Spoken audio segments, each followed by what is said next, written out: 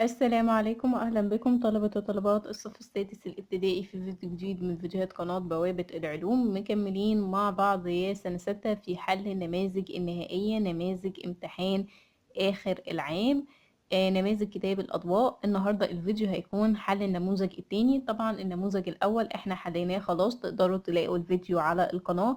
يلا بينا نبتدي مع بعض. السؤال الأول ألف، تخير الإجابة الصحيحة. العبارة رقم واحد، بتمتلك النباتات الصحراوية سيقانا وأوراقا سميكة لنقط تخزين الماء، ولا إبعاد الحيوانات آكلة العشب، ولا تثمر بذورا، ولا زيادة معدل فقد الماء. طبعا الإجابة الصحيحة هو إنه النباتات الصحراوية عندها سيقان وأوراق سميكة لتخزين الماء.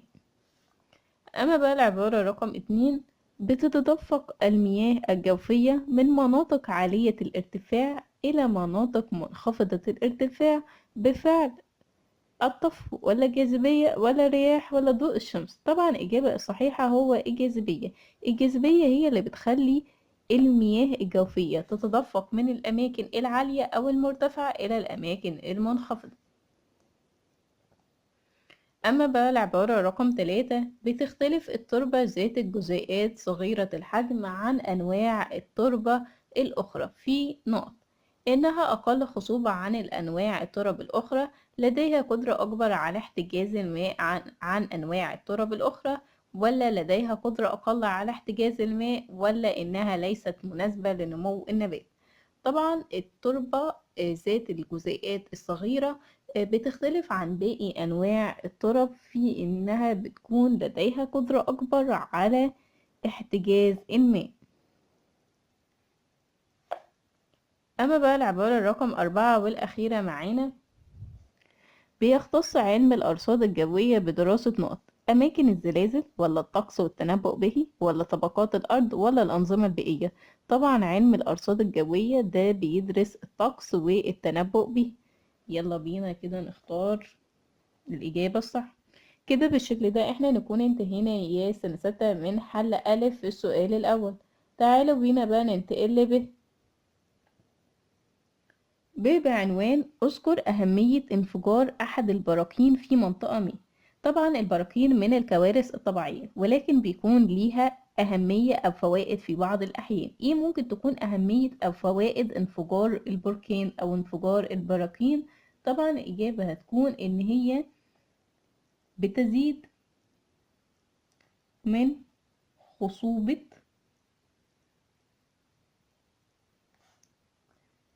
المناطق، أو بتزيد من خصوبة تربة المناطق المحيطة. هي دي الإجابة، وهي دي أهمية انفجار البراكين، إن هي بتزيد من خصوبة تربة المناطق المحيطة. كده نكون انتهينا من حل السؤال الأول. تعالوا بينا بقى دلوقتي ننتقل للسؤال التاني. السؤال التاني ألف، اكتب المصطلح العلمي. العبارة رقم واحد، قشرة الأرض الرقيقة اللي بتدعم الحياة على الأرض. طبعا القشرة الرقيقة المفككة اللي بتكون موجودة دي، المصطلح العلمي الخاص بيها هو التربة، فنكتب كده التربة. أما رقم اتنين، العملية اللي بتحول فيها بخار الماء إلى ماء سائل. طبعا العملية دي هي عملية التكثف. العبارة رقم 3، كائنات حية بتقتل النباتات والحيوانات المحلية في منطقة ما وبتستهلك الموارد. طبعا دي هي الأنواع المجتاحة.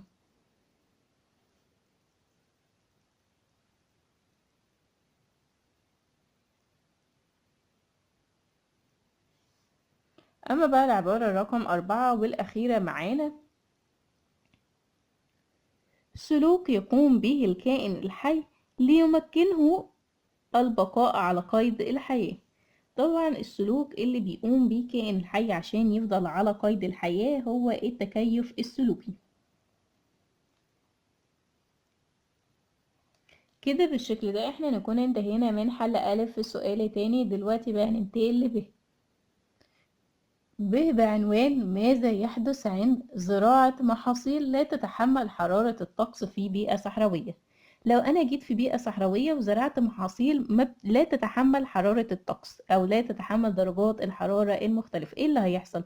طبعا لا تنمو هذه المحاصيل، يبقى لا تنمو هذه المحاصيل اللي أنا زرعتها مش هتنمو، مش هتكبر. ليه؟ لأنه البيئة أو الحرارة غير مناسبة ليها، وكمان هتموت في النهاية.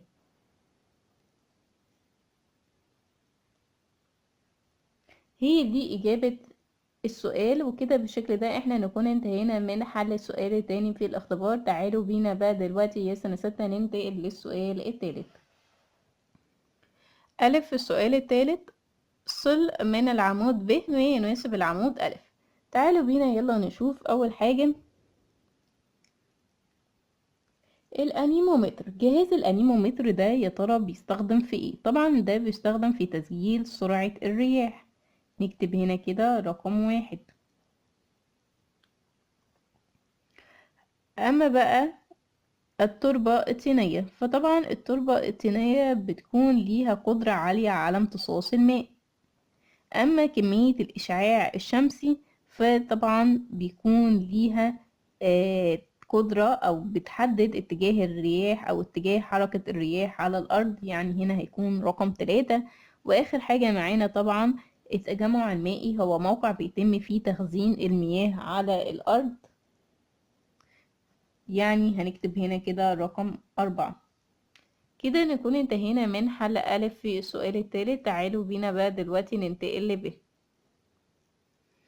وب بعنوان بما تفسر. بتمتاز الطيور المهاجرة بصفات جسمية مختلفة عن الطيور الأخرى. تفتكروا ليه؟ ليه الطيور اللي بتهاجر بيكون فيها صفات جسمية مختلفة عن الطيور الأخرى؟ طبعا الإجابة هتكون لكي تواجه التحديات الصعبة أثناء رحلة هجرتها. يعني بيكون فيها صفات جسمية، الصفات الجسمية دي بتأهلها ان هي تواجه التحديات. طبعا الطيور وهي بتهاجر بتلاقي تحديات مثلا زي الجو انه يكون غير مستقر، انه يكون الجو درجات الحرارة غير مناسبة او غير ملائمة ليهم، بيواجهوا تحديات ممكن كائنات مفترسة بتبقى عايزة تفترسهم. حاجات كثيرة جدا الطيور المهاجرة او الطيور اللي بتهاجر ممكن تواجهها في رحلة هجرتها. عشان كده الطيور المهاجرة بيكون ليها صفات جسمية مختلفة عن أنواع الطيور الأخرى. كده نكون انتهينا من حل الاختبار التاني من النماذج أو الاختبارات النهائية في كتاب الأضواء صفحة 157.